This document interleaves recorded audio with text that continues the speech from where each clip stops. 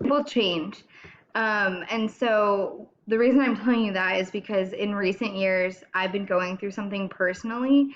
And I think it also falls within the realm of women's rights. And I'll be honest, in this area, I don't know what my voice is necessarily yet. But my husband and I have been trying to have a family or start a family. We've tried for like 3 years, and then this last year we actually got pregnant twice, and I miscarried both times. And so that is just something, I'll just be honest, that's something that I'm going through right now. But it falls within women's rights. And there's been things in the news that I've been watching very closely because there's a lot of options out there that I may or may not be able to do anymore based on certain things.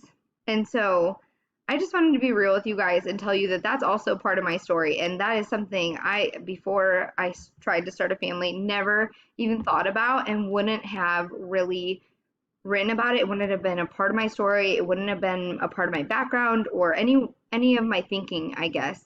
And so I also feel like that has something to do with women's rights and a theme that I find myself um, writing more about or thinking more about because it's just something that I'm going through.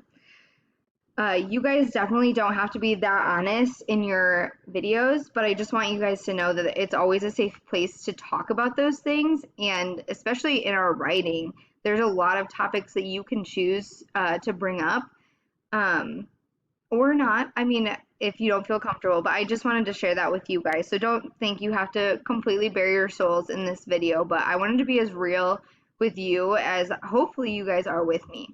But that being said, I look forward to working with you guys this semester. I think we're going to have a lot of fun. We're going to cover a lot of good topics. And if you guys ever have any questions, don't hesitate to reach out. All my contact information is on the syllabus. And so I look forward to working with you guys, and I will see you in class.